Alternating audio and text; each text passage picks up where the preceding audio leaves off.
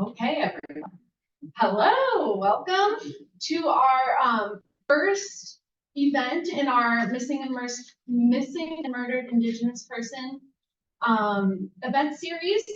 I have to extend my great thanks to the South Dakota Humanities Council, as well as the United We Stand initiative, which is the sponsor behind all of these programs this summer. So they are greatly influential in this event series. So thank you to the Humanities Council. Well, with us today, we have Lisa Heth from the Pathfinder Center. I will let you introduce yourself, honestly, let you take it away, and I will get your PowerPoint up in 0.5 seconds once you get up here.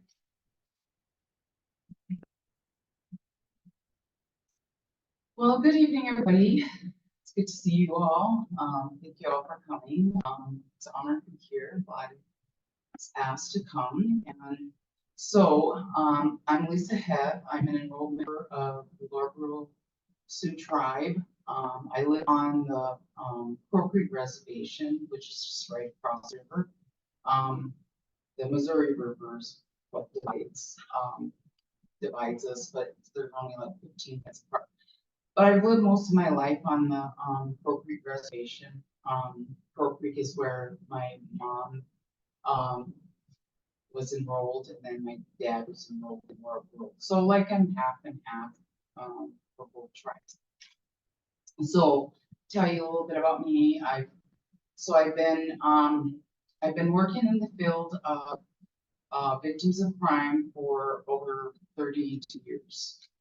Domestic violence, sexual assault, child abuse, you name it, I've been there, and developed a program in helping children who are sexually abused, sexual assault, but domestic violence shelter in Fort Thompson. And then in 2018, or excuse me, 2015, is when we kind of went outside of, okay, so for me, I'm a real spiritual person. So it's like in everything that I do, I pray and I seek God and I seek the wisdom and God's wisdom leading and guiding me. Like, what do I do? How should I do this and that? And so in 2015, it's actually what Creator led me to develop Pathfinder Center. And so when I went to look at this building, which I didn't even know why I was even looking at it, but all through the whole thing, it was like nowhere in the state of South Dakota was there a place for victims of sex trafficking that was long term. So a lot of the domestic violence shelters were putting women up in shelter for 30 days or less. Now, if you think about sex trafficking, you think about domestic violence, the long-term effects and stuff, but you think about human trafficking really has layers and layers of trauma. And so it's like Predator knew that women, victims of sex trafficking needed a place for long-term. Because when they go into shelter, you're only limited to 30 days. So can you imagine going into shelter for 30 days or less, and the advocates are telling you, okay, no, we need to develop a plan, and your trafficker's still out there, and so you're basically hopping from shelter to shelter. So what the Creator showed me was how there was such a need for long-term shelter, and it was something that I just really felt the pain of the Creator, because it's such a heinous crime that happens to a lot of the women and children that are being trafficked into. And there wasn't a whole lot of services in South Dakota. And so that's why we decided to take it on. And And it's like, once I decided to, it's like, all the doors open. So it's like when you have a purpose in your life, um, God will open those doors. And so that's one of the things that we tell our women is, like it says there, protecting and finding purpose for victims of human trafficking.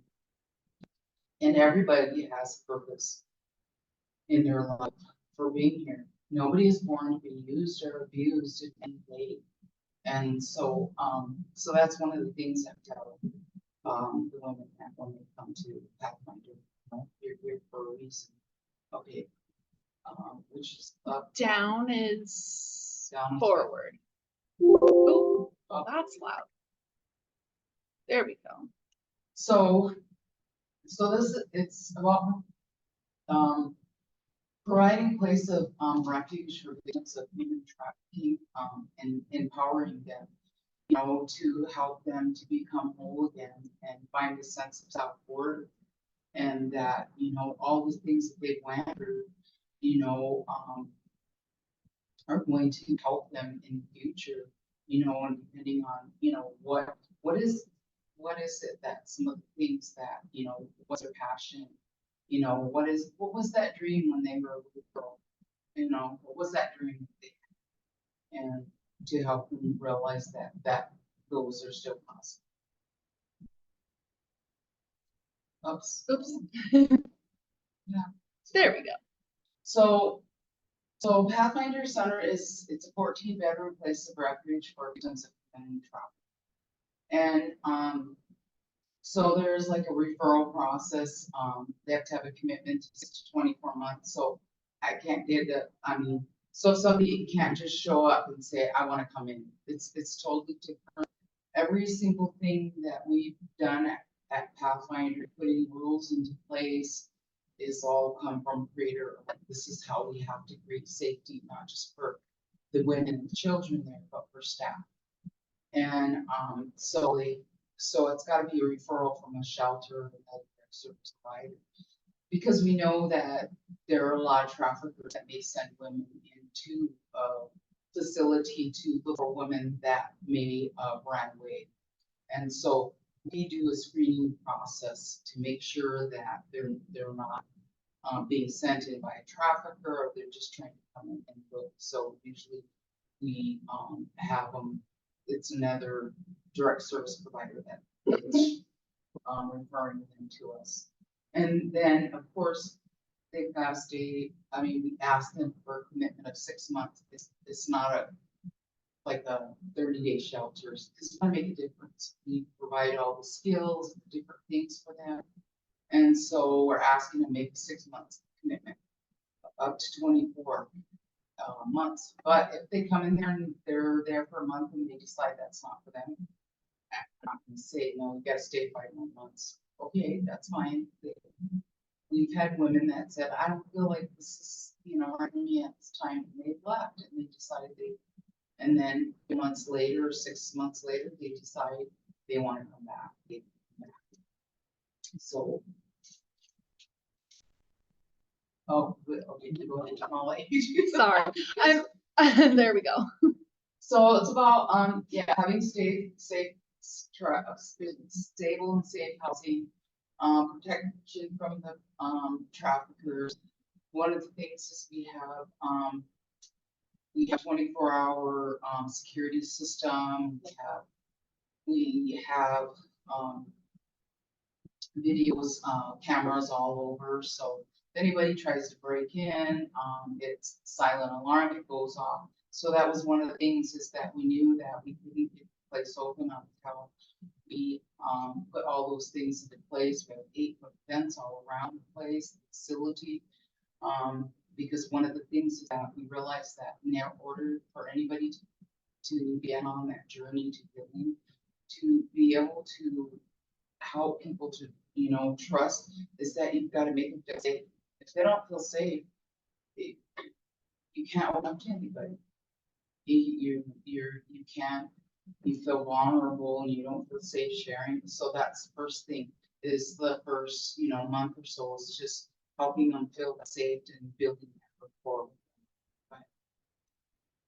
So these are some of the things that they're able to learn, that we help them with life skills, teaching them independent boundaries. What are some of those things that led to maybe that made them more at high risk becoming trafficked, and also, helping them with addiction, mental health counseling. We provide them food, shelter, clothing. We assist them with, crisis support. We do job skill training, GD, transportation for appointments, job interviews, or whatever it is. If they have children need to go to the doctor or checkups. The other is, also spiritual healing and guidance, and then we used to have, a survivor we bring in like 3 or 4 days out of the month that would come in and stay right there and they'll do Spanish healing with the women and that. We've done that for the last, ever since we were open, up until December of this year. So now we bring a certified counselor, in once a week, comes in and meets with them. Okay. So this was a before and this is now. So this is, so what was a motel, and it was a 30-room motel. So all the rooms upstairs were converted into, rooms. So each woman has her own space, her own bathroom. So it's made to look not like a motel at all. So each room is individual and unique. So these sponsors would come in, churches, groups, and they would pick out whatever colors, furniture, and put, different signs, feel comfy. Some have, like TVs in there, little, mini refrigerators, microwave. And so when a woman comes in, she could pick out her own. So like if teal is her color that makes her feel calm, and she picks that room. That's something that, keeps her calm. So there's a room for every single woman that comes there. Okay. So let's just talk about what are some of the things that, with the missing and murdered, and how does that intersect with sex trafficking and that, and what are some of the things that are vulnerabilities of victims. So some of the, hopefully this will make sense because I was putting this together, and I went through surgery, and so less than a couple weeks ago. So anyway, I was on meds, so I'm putting it together. So hopefully it makes sense to that. I'm at work. Okay. All right. So, so what are some of the vulnerabilities and what makes people more high risk? It's the individuals who have experienced violence, and trauma in the past. They're more, vulnerable to future exploitations. And psychological effect of trauma is often long-lasting, challenging to overcome. Victims of domestic violence they grew up in a home where their parents were, where there was domestic violence. Victim of sexual assault, social discrimination, may be targeted by traffickers. Traffickers really do target. They recognize vulnerabilities left by their abuses. They're constantly looking. They know that. They can see that target. It's almost like, if you're a victim of, domestic violence, sexual assault, especially child abuse, it's like you have this target on your forehead, and it's like they can spot it out. There's no tomorrow. Especially when our youth are on Facebook, on social media, and when they're posting about their personal information. That's why we try to tell you, them don't post where you're at. What is your address, where the school is, or anything, because they target it.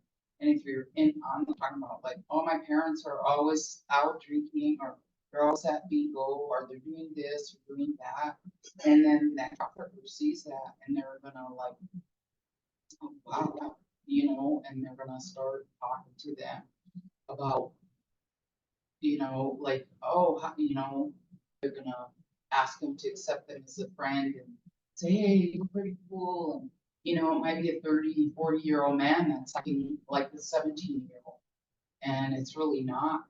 And so they can spot a lot of those, so these, that traffickers talking to them and saying, oh, you know what, I would treat you this way, and they get that trust, and you know what, it doesn't matter how long at all, it may take them anywhere from a few months to maybe a year or 2 years for them to talk that that person, whether it be a teenager or whether it be an adult, so you know what, they're worth $300,000 each. So they're gonna take the time to be talking and trying to learn and get that trust and that. Okay, next slide. So some of the other vulnerabilities is foster care.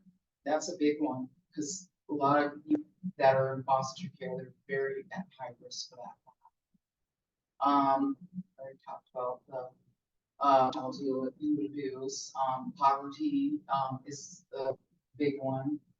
Community and school violence, being bullied, historical intergenerational violence, racism, sexism, oppression, drug, alcohol abuse. So anybody want to add to these? Anybody have questions or have any comments on any of these?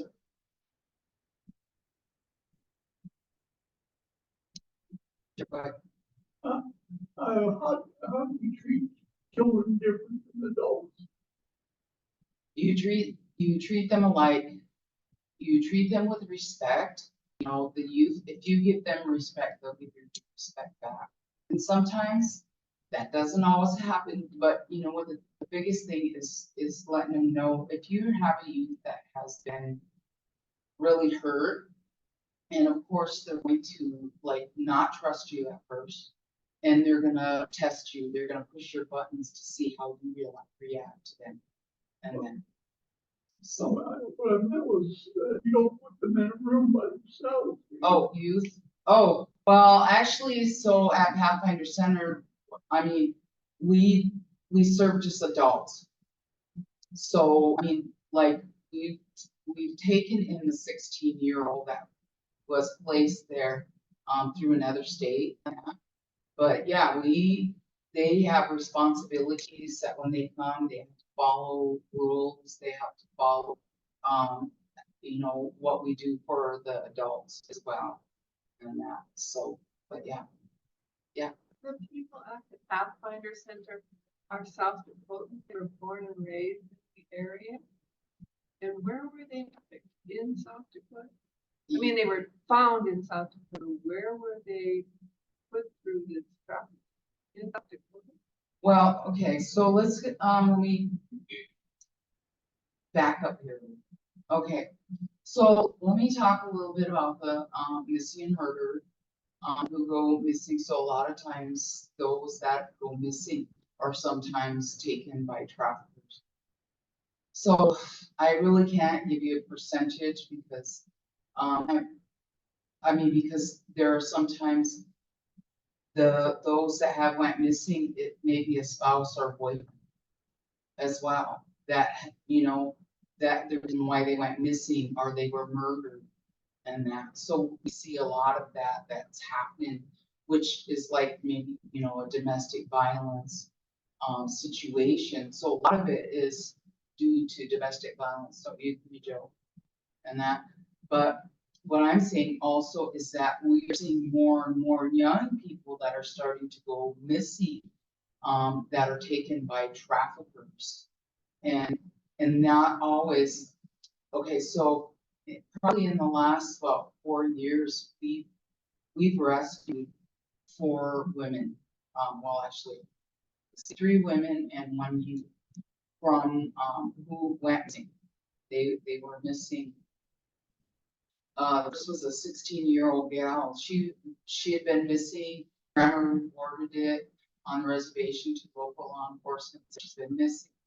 A couple months go by, you hear nothing. Nobody was out looking for her, like they should have been, or anything. And we didn't know till like, you know, afterwards. And then grandma comes to us and says, "Hey, I get a call from Colorado, from hospital, and your daughter's in the hospital. They found her walking like half dressed and out of it on drugs. And they took her to the hospital. And anyway, this girl had been trafficked. And so they wouldn't let her release her till grandma went to go pick her up. So we flew grandma there to pick her up the same day and fly her back the same day and stuff. But she was definitely trafficked. She was taken to Sioux Falls first and trafficked there, and then to Colorado.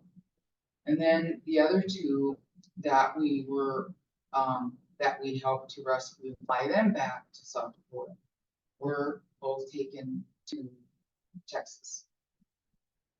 And they were taken to Texas, and so, and I tell you what, like working with them to bring them back, and there are so many places out there that say they help victims, sex trafficking, this and that, but boy, I tell you what, trying to work with people down in Texas, like, hey, can you go pick this person up? They're like, oh, we can't do that. Do you think she can get to this place and we'll meet her there? I'm like, if she had a car, then we wouldn't be calling you. If she had a way, we wouldn't be calling you. I'm like, she needs, can you get her to the airport? And they're like, well, that's a lot. I'm like, oh my gosh, I never been so frustrated. Like, you're volunteering to do work, but yet it's like it's inconvenient to go an hour's away drive to look them up, and you want them to come closer to you. It was just so frustrating. And then then we had one woman who came to us as a domestic violence victim. And then we seen on Facebook, her picture was going around on Facebook and as missing in that. And so we told her, like, hey, here's your picture, who's doing this, and like, can you get a hold of them, let them know if you feel okay, you don't have to give up where you're at or anything, but maybe just, call them or send a message or even call the local law enforcement, say, hey, okay, which she did do. But so I just think that it's really important that when somebody goes missing, that you don't have to wait 24 hours. You don't have to wait 48 hours. If especially if it's you, is to call and go to the police department and file that report right away. You don't have to wait, 48 hours or 24 hours. The sooner that you get it reported, the sooner that people get it out on Facebook, get it out on social media, and that the quicker better, because you know what? A lot of these traffickers are taking them to other outside of South Dakota stuff. And so once they leave out of state, it's hard to find them. And you just never know. I mean, I have a friend who was trafficked. Actually, Brookings was one of the places she was trafficked at. She wrote a book, and she wrote a book about her experience. And anyway, this was like over 30 years old. But she was trafficked, and one of the things, she was taken all throughout the Midwest, but also she, in her memories, she was also taken out of the country to be trafficked to some like high up people, like in other countries that were like royalties and stuff. And yes. Seems like I read every year about one or two cases happening out at the Sturgis motorcycle rally. Is Yeah. it common for rallies and big gatherings of people for this to happen? Yes, absolutely. Anytime that you have a big event, and especially an event where there are large numbers of men, you know what? Traffickers are going to cater to the men. And so when you have a demand for it, and where does this demand come from? It comes from the men wanting to buy women and that. So until we can eliminate that demand and that, then when you have these large gatherings, you're going to see this happening. But also, the other thing is, I think people don't realize in South Dakota that during hunting season, it's another biggie. In the lodges, they're catered to. A lot of these hunters are catered to, and that. But it's like, you know, they only talk about the Sturgis rally, and no, it's around all year around, you know, 24/7. It happens here in South Dakota in our backyard. And the other thing too is I don't think people really realize that just because maybe a youth may not be missing, that they could still be in a home but are being trafficked or being taken. And yeah, you might, you know, so their family may not be the wiser to it because they're at home, right? They're going to school. But the thing is that there are signs to look for, like, you know, how are they doing in school? You know, do they have more than one cell phone? Are they wearing fancy clothes? Are they having expensive stuff that, you know, as you as a mother or father, or somebody didn't buy it for them? You know, like they might say, gee, where'd you get that? Oh, my friend gave it to me, like a $400 or $500. No, friends doesn't give you that, you know, so you will see, and they'll see little things. It's just a matter of becoming aware. The more people become aware about the whole issues of, you know, what are the signs, what are some of the things, and you might say, well, why doesn't she tell her parents and stuff? Because one, I mean, threatened. Two, a lot of the youth are, what happens is, and a lot of their friends will, well, a lot of the friends, what they'll do is they'll tell their, friends, and their friends will have to, so a lot of friends will have to, okay, my brain's not working. I'm trying to think of it, throw their other friends into it. So like they say, come on, let's, you know, hey, come with me, let's go to a party. They take them to a party, they get drunk. What happens is sometimes they get raped, they might get gang raped, they get videotaped. And guess what? That's what happens is they say, put this on social media. If you don't start doing this, you do that. The other thing is, you know, just through social media, we are seeing a lot of sextortion. So where you get a tracker or someone who acting like a young 17-year-old boy, like, oh, just send me a picture of your breast, send me a picture of this or that. And then pretty soon they're saying, now you need to do this, otherwise I'm going to share this with your parents. And then what happens is then they end up being, they end up being like, wow, you know, they're like so embarrassed, they don't want, so they lie. And it's really, really sad, because also what has happened is some of the youth take their own lives because of what has happened.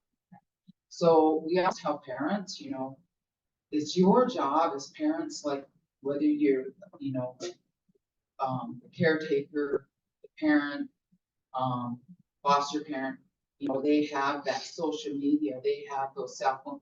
You're paying the bill or they're staying out. You have a right to their passwords, to look on their social media to see what's going on and stuff and that.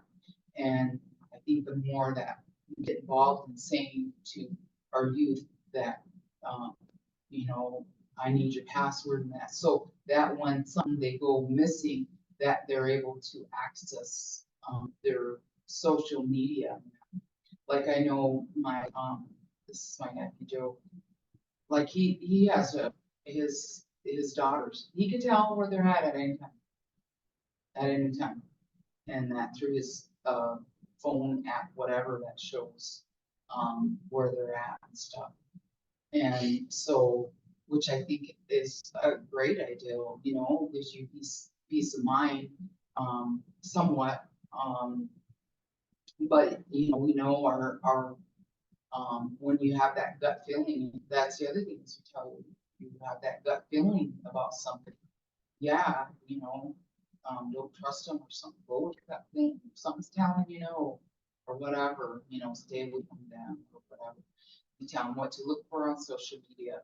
It's a guy that's saying he's 17-year-old, and all he has is women on social media, young girls, that's a red flag. It's of itself.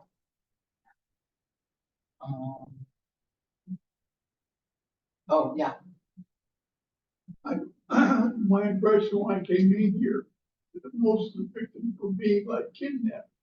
But the way you're describing it sounds like they're doing it voluntarily. no, they're being coerced. Here's the thing about the human trafficking is, and when, youth going missing is they're being coerced into it. So, you wanna back up some more? So if we look at, like, again, I said, those vulnerabilities, so they're playing on women and the youth as vulnerabilities. So if it's something we're talking about poverty, so they grew up in a home where, okay, so you look at there's domestic violence, there's drugs, there's alcohol, poverty. So they've never really had what do you call those, Game Boy or those games, you know,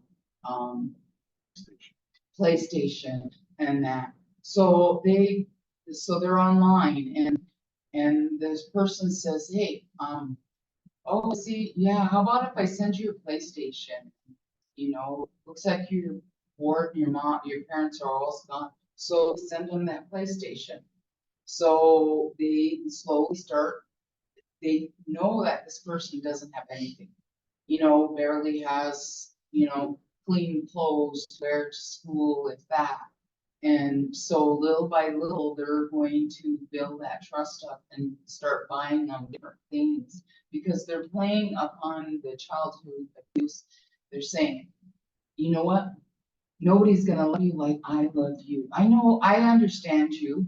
Your parents don't understand you, but I understand you. And they're gonna tell that child that. Because what does that child need? That child needs love and wants to feel loved. And so you got a trafficker that's buying gifts and saying, I can love you. You know what? And they feel that it's time. Like, hey, how about I send you a bus ticket and you can come meet me in Sioux Falls and stuff. You come live with me and I could provide for all your needs and stuff. You won't be left alone anymore. I'll take care of you. Yeah, they're gonna go for it because especially if this person has been talking to them for 3 months, 6 months, 9 months, and they feel they're getting that love and stuff and that, so that's being coerced by them and feeling that, oh, this is somebody I can trust and that. But the thing is, we need to teach our kids, like, no one's gonna give you something for nothing. You will never be, you know, I was telling kids, sure, people will invite you, you know, go stay with them and stuff, but you have to help out. You can't stay anywhere for free. We all got to pay our share or way in life and that. You're never gonna find some place where you can just go lay back and stay for free. It doesn't work like that. They're gonna eventually want something from you and that. So we need to teach our kids that you know, what's the motive here? There's a motive for them. Nobody's gonna take a 15-year-old kid in, or does a 17-year-old say, come stay with me? Got a question like a 17-year-old can't take it with me, you know, or if it's an 18-year-old. So you look at a lot of these things, that portion takes place when you're looking at somebody in foster care that's always felt left out of place. They've never felt loved or anything because they went from foster care to foster care to foster care. And they're always testing people's love, pushing the buttons. How long will I stay here? Well, let me test them, you know, and then they send them to another foster care.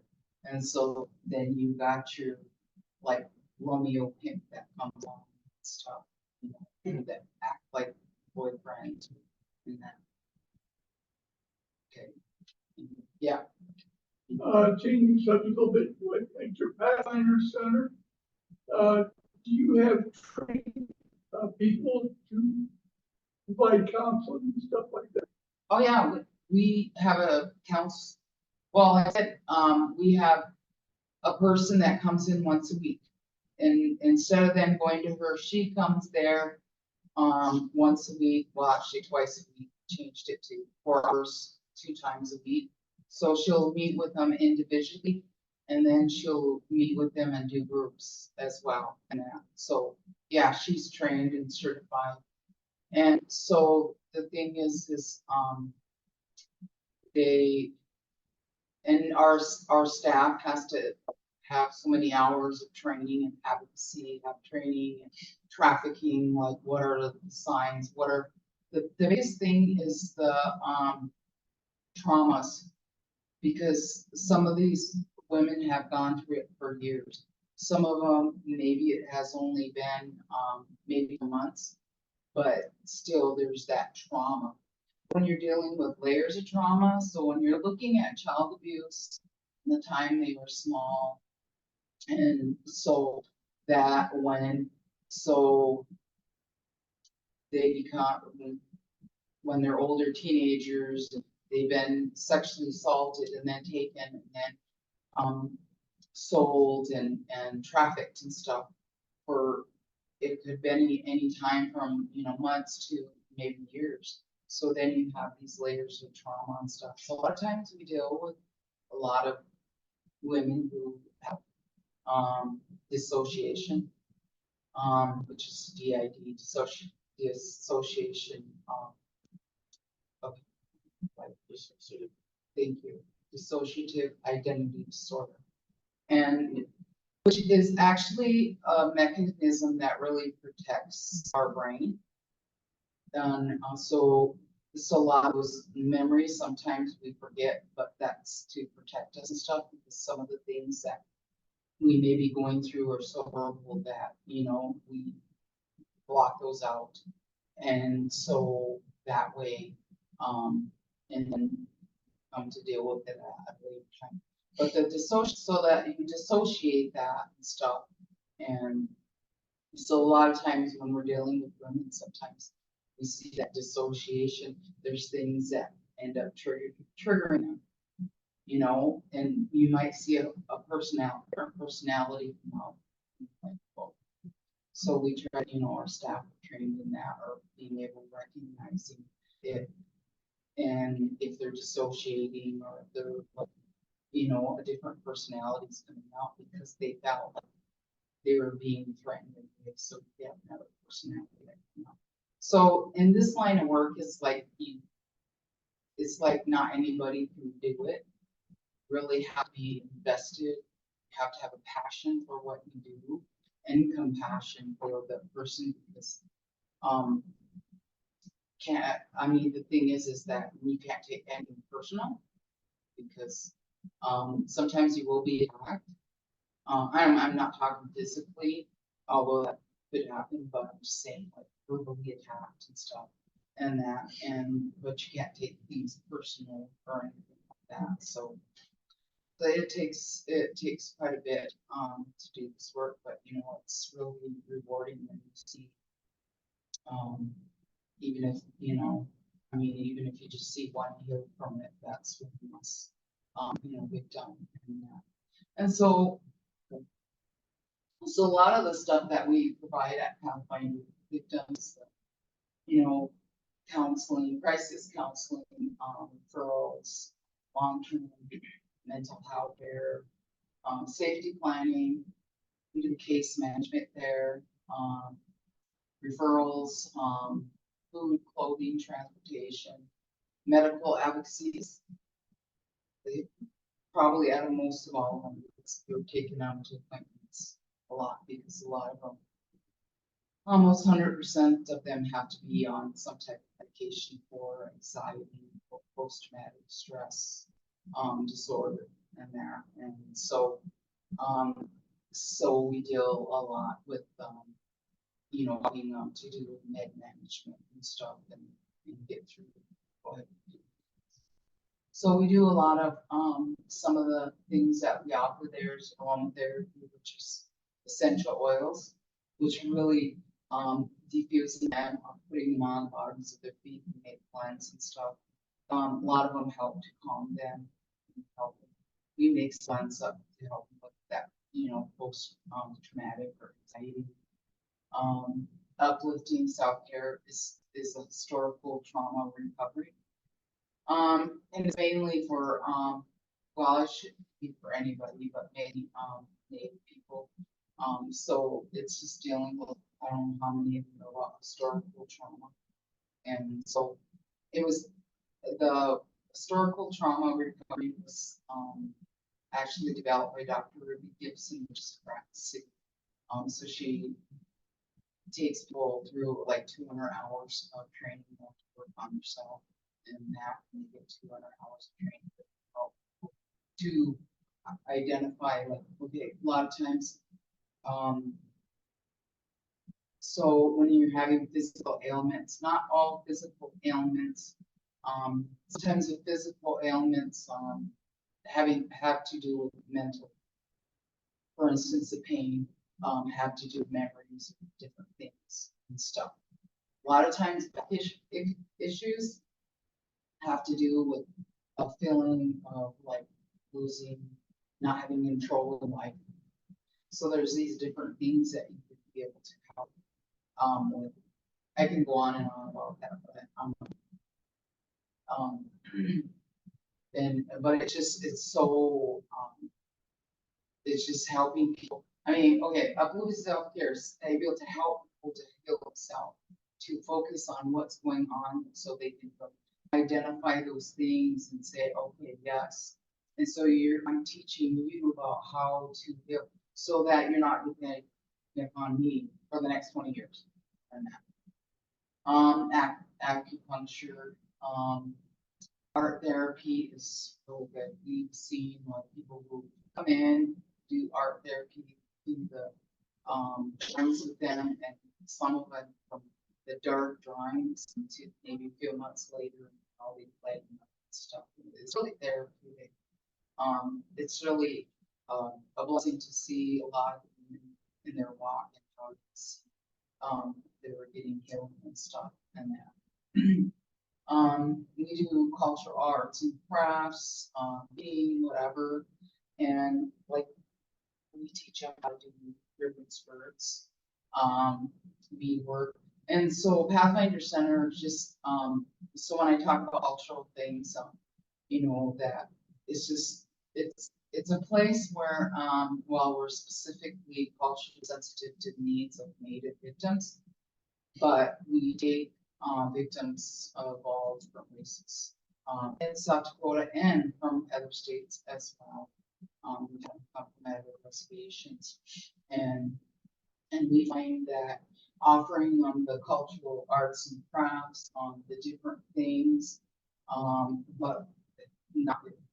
I mean, so like with the non-natives, they're able to learn those things too, and they love it. We do canoeing, we do sand tray storytelling. As Native people, we're storytellers, and so not being that traditional of just talking and talking to a counselor, and it's like, oh, gotta wrap this up now. My next appointment should be here, and then by the time you're like, God, you just start, getting it all out, and then you have to like tuck it all away and stuff. Well, with century storytelling, it's a thing. It's sad. Maybe let them tell a make believe story, and then it's really cool because you help them see the problem of what they can remove and what they put into their life. It's a whole training on itself, but it's really cool. It's really helped a lot of people. We do gardening and many other ongoing activities. We do box gardens with chickens. So women, they love to like chickens, go feed them, go gather the eggs and stuff and that. So a lot of different things. Okay.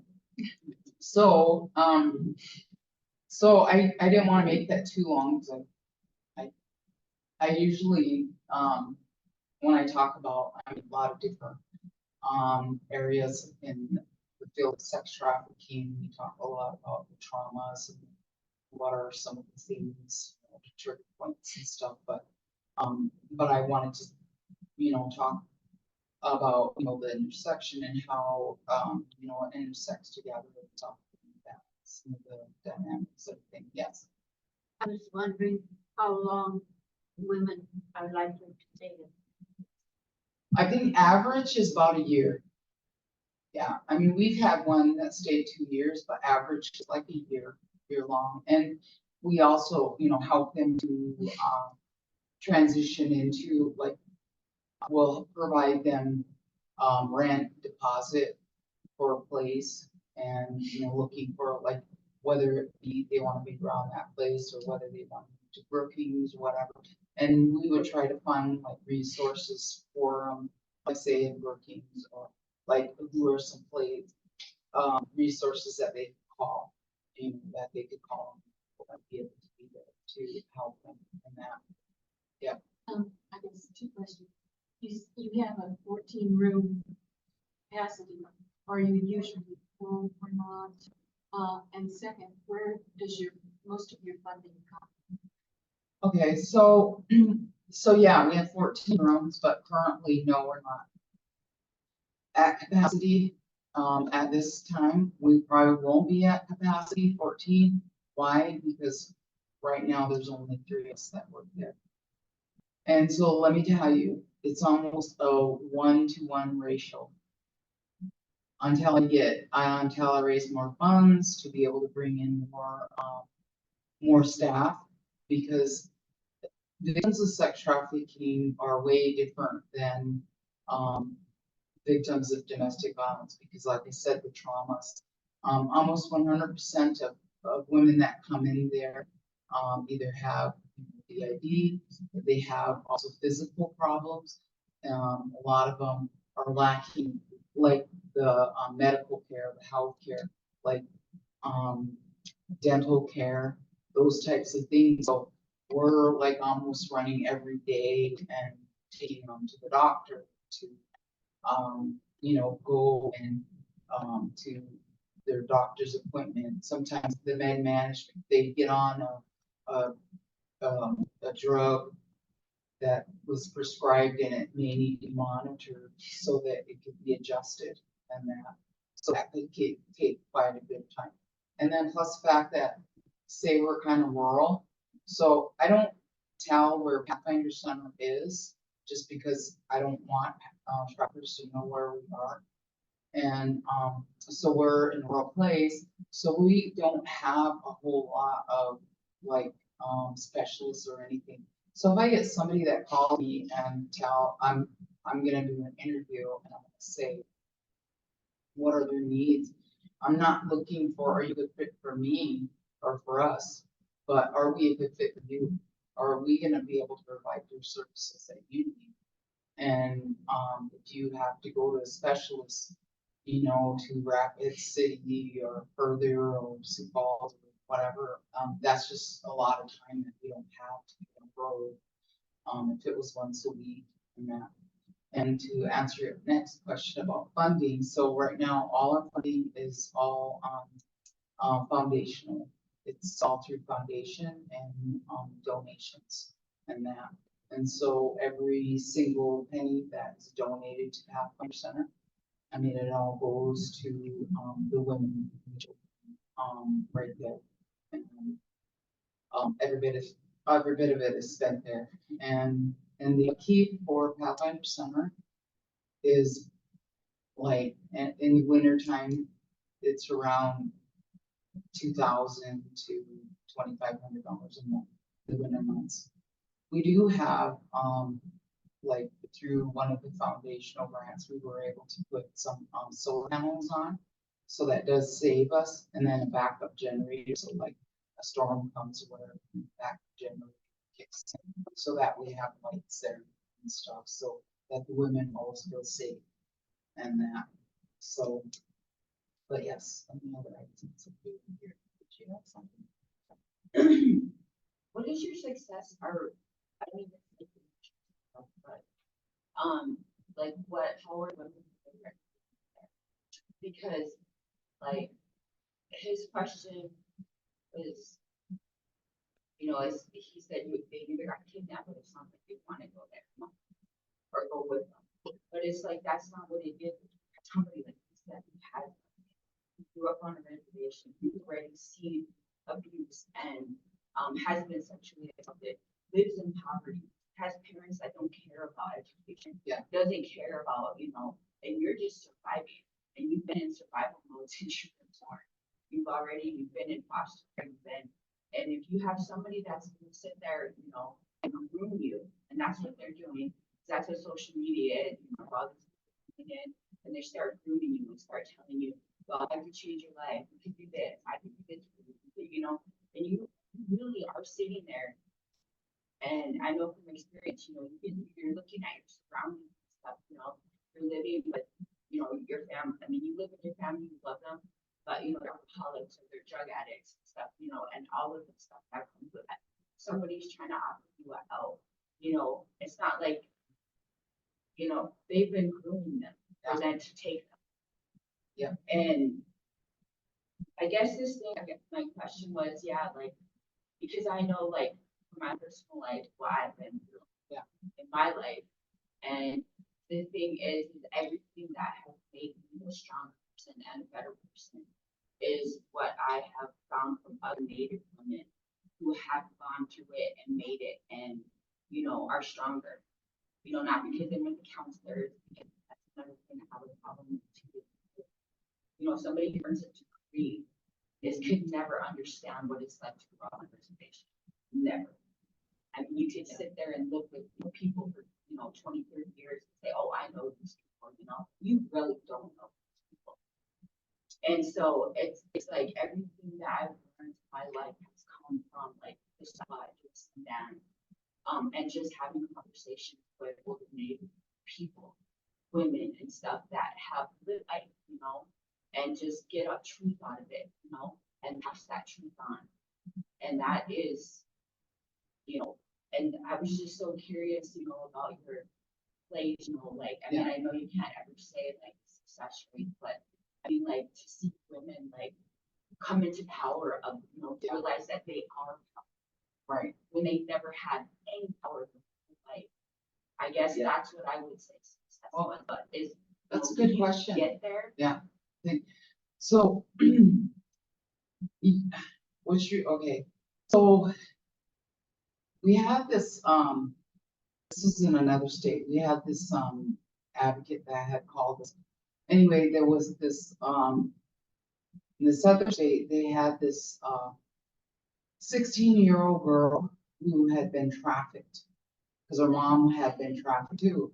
And so, anyway, they caught the trafficker and she was in, she kept running away. She was in Boys Town and different group homes and she'd keep running away.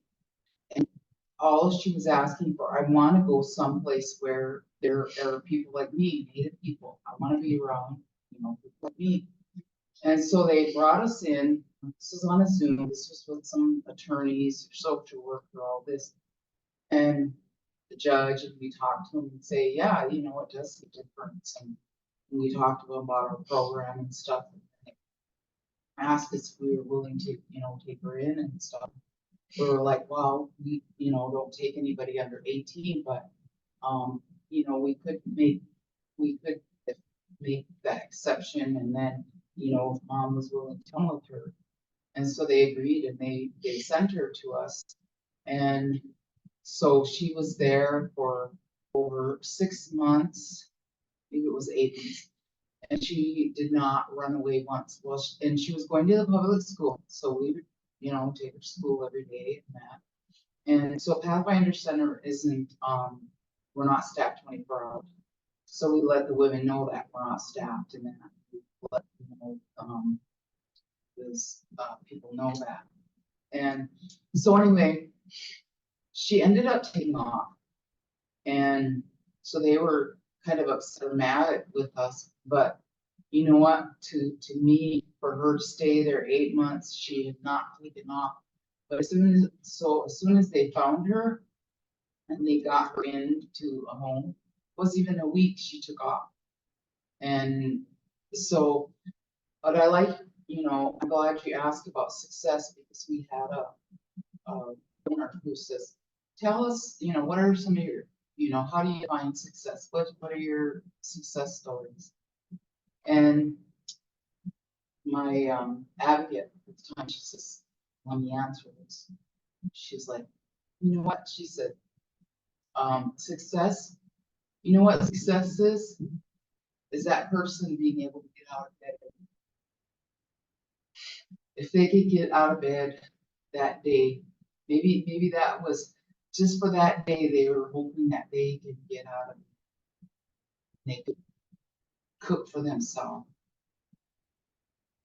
Or that they were able to not, laugh that day or do this or do that. I mean, all the stuff. And I was just like, wow, it blew me away because, she got it and we were able to, because so many donors, people want to know like, well, what's your success rate and stuff. And they would always ask that, with domestic violence, like, and know like what are the outcomes and stuff. And I've done, domestic violence for over 30 years.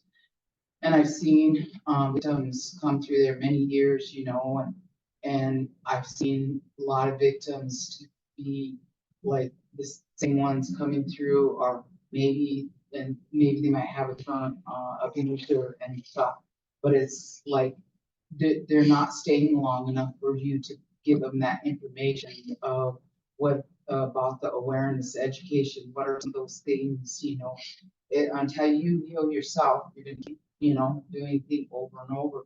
So a lot of times when a lot of these women are at Pathfinder Center, and we're slowly working with them to build that trust and helping them find their self-worth in themselves and to know that, what, they do have a God-given purpose and stuff.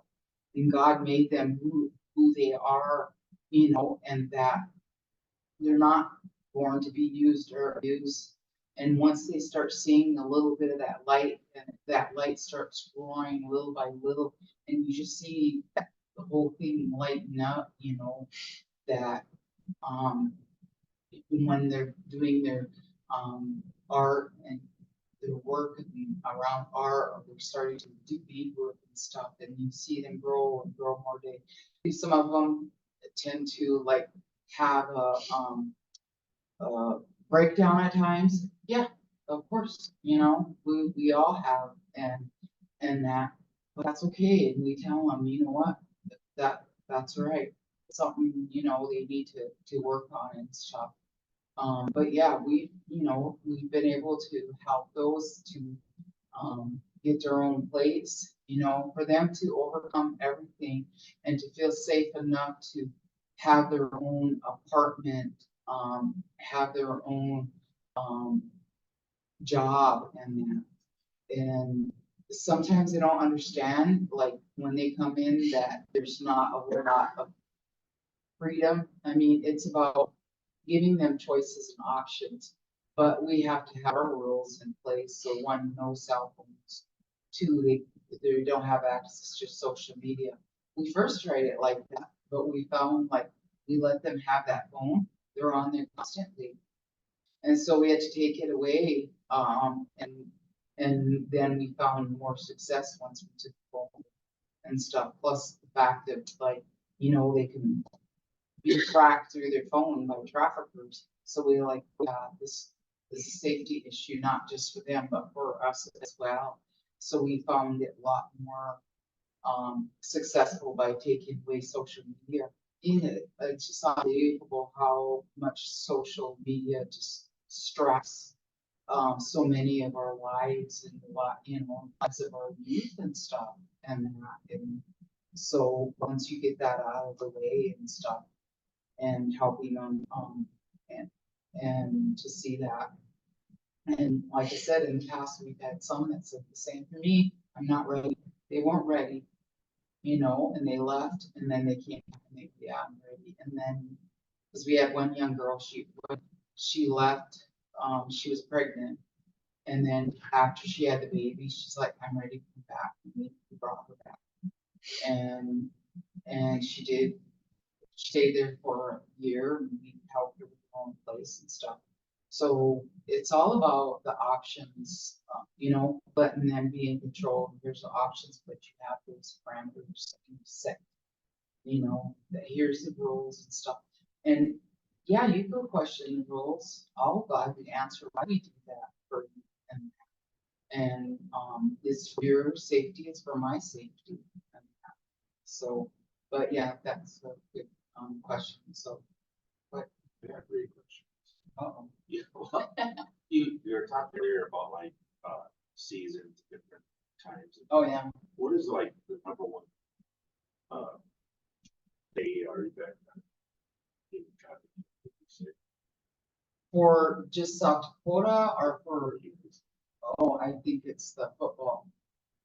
Football, Yeah, Super Bowl. the Super Bowl. I think that's the number one event throughout the whole United States because you see everybody gears up for it and stuff. A lot of people are sending, advocates, different ones to the Super Bowl and stuff to do outreach because that's one of the largest.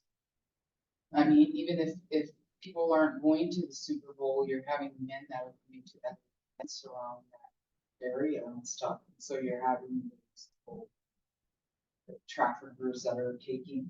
Do you ever, for me, I noticed like, I don't know, it seems like whenever there's these big events sometimes, and there's some of these, women are rescued and some people are arrested.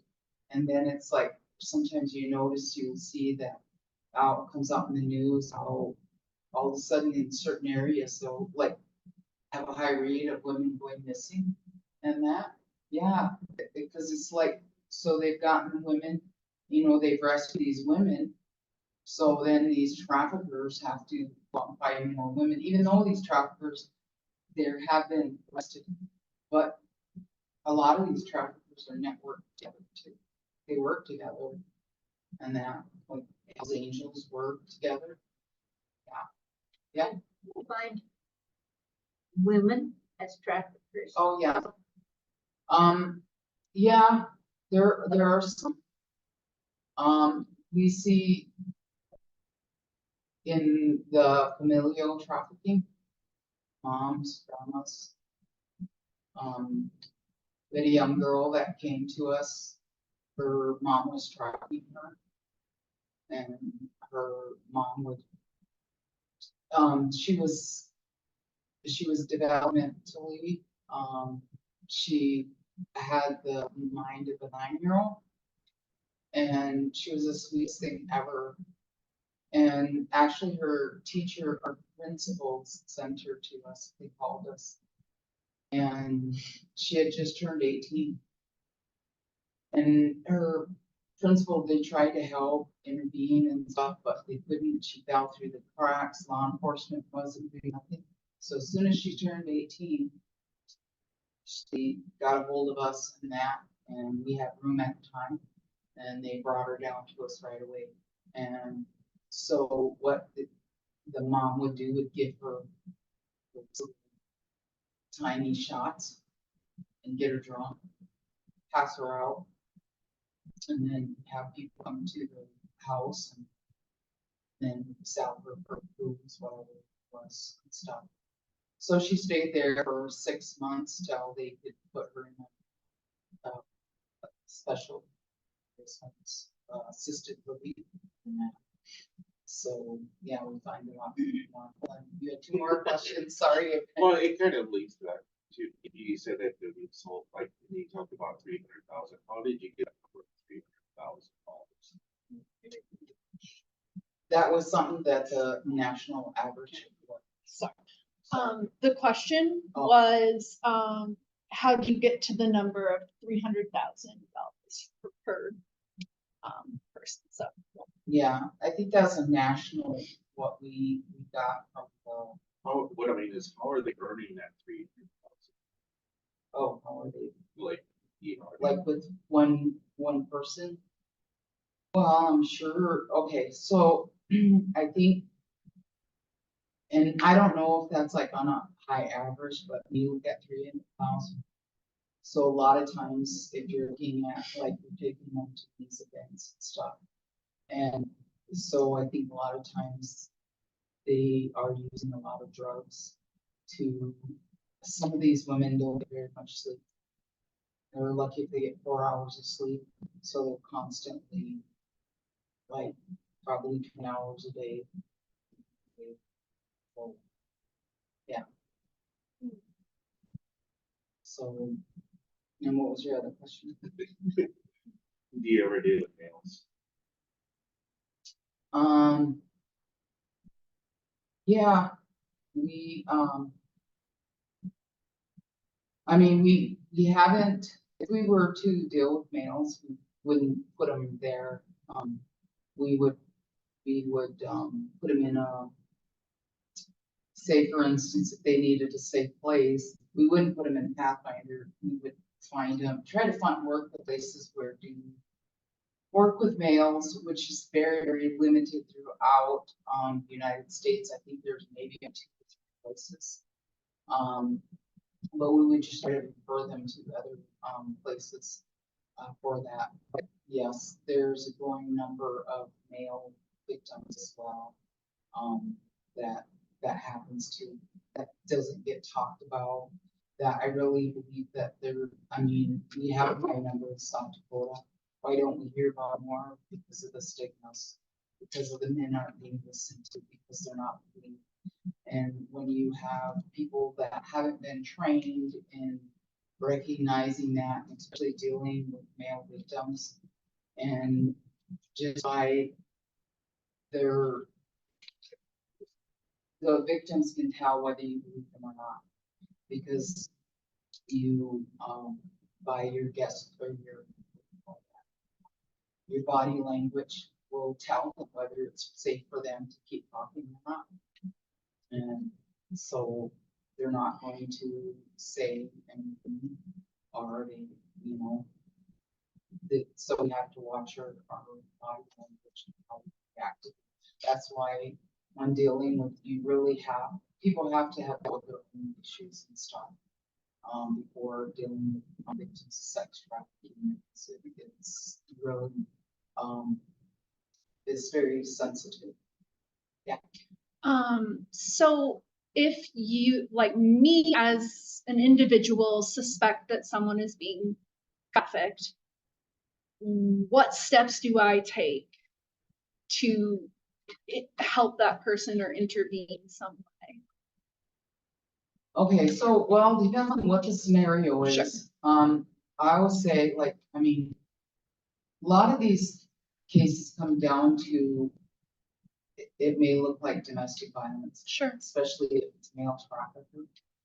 I don't know if anybody remembers or any, when, what was it, how many years ago, 8, 10 years ago, there's some cases out of Sioux Falls that went federal, they were the first cases where this, I think it was LP or something like that. And anyway, so how those came about was the fact that, they were called in as domestic violence. So he had these women, he would beat them and stuff, and so they got so many domestic violence calls that they were finally able to,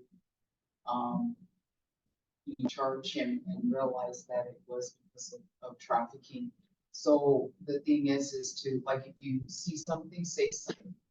I would say that, you know, like, if you see, I mean, never try to intervene, because the fact that you may be dangerous for life more, because, for instance, you know, she might not have asked for your help, but in trying to intervene, he might think that she did something to ask for your help and stuff. And so, let's say, for instance, you're saying like he is being abusive to her or something, then, you know, call it in. And you see something real suspicious, even at motels, you know, where you see something that's suspicious, like maybe the guy's older or something. I mean, I guess, I mean, for me, I would know it, but for the general public, you may not. That's why it's really important that everybody really needs to learn about what are some of the signs, what are some of the things, you know, that you could do, or just see how you can intervene in some of those things. So I did bring some handouts up there, different signs and stuff also, like what to do, you know, if your loved one goes missing and that. So please, before you all, take one of those, if you would, but yeah, it's real important that we educate, you know, one another and, because it is in our backyard. I know people don't wanna see it and they think that in the small towns, oh, nothing happens. I'm sorry, but you know, the number for, the hotline number for, human trafficking, almost every county in South Dakota, they've received a hotline call from every county in South Dakota. And that, and so what does that tell you? You know, it's here, not just sex trafficking, but labor trafficking as well. And so, and sometimes labor trafficking and sex trafficking go hand in hand as well. So, yeah, anytime you guys take advantage or learn more about, sex trafficking and learn more about missing and murdered Indigenous, people and, you know, do it and get involved and help in the way you can. This is like, you know, we are seeing so much more, evilness in this world. And, the intentions of people are getting worse and worse, and our youth are becoming more and more, I don't know, I'm afraid for future generation, because it's like, I see some of the younger parents now not teaching children, and protecting them that they should and stuff, and so it's like that saying, you know, stand for something or for anything. And we really need to teach our children to stand for something, especially, as far as, you know, believing in God, believing in the Creator, you know, there is a Creator, there is God, and that we each have a purpose and destiny in our life. We all have a God-given gifts in our life and stuff, and that God wants to use each one of us. And that day, as I was telling you guys earlier,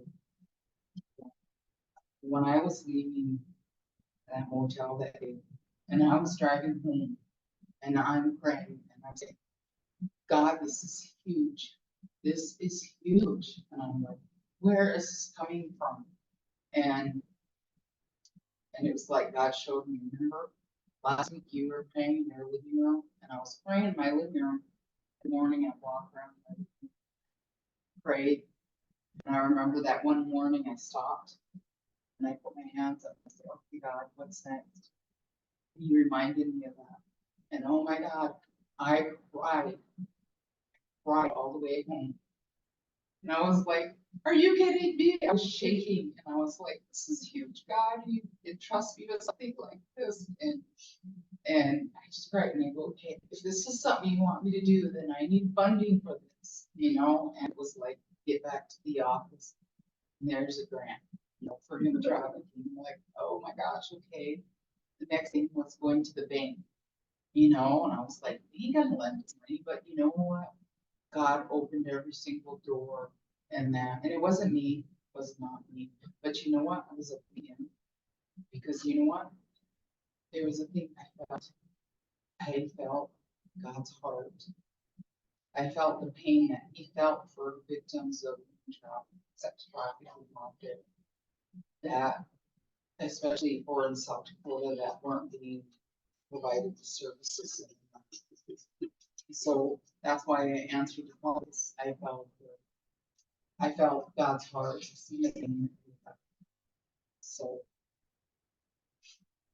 Anyway, any other questions? No questions? Okay. Well, thank you so much, Lisa. I would love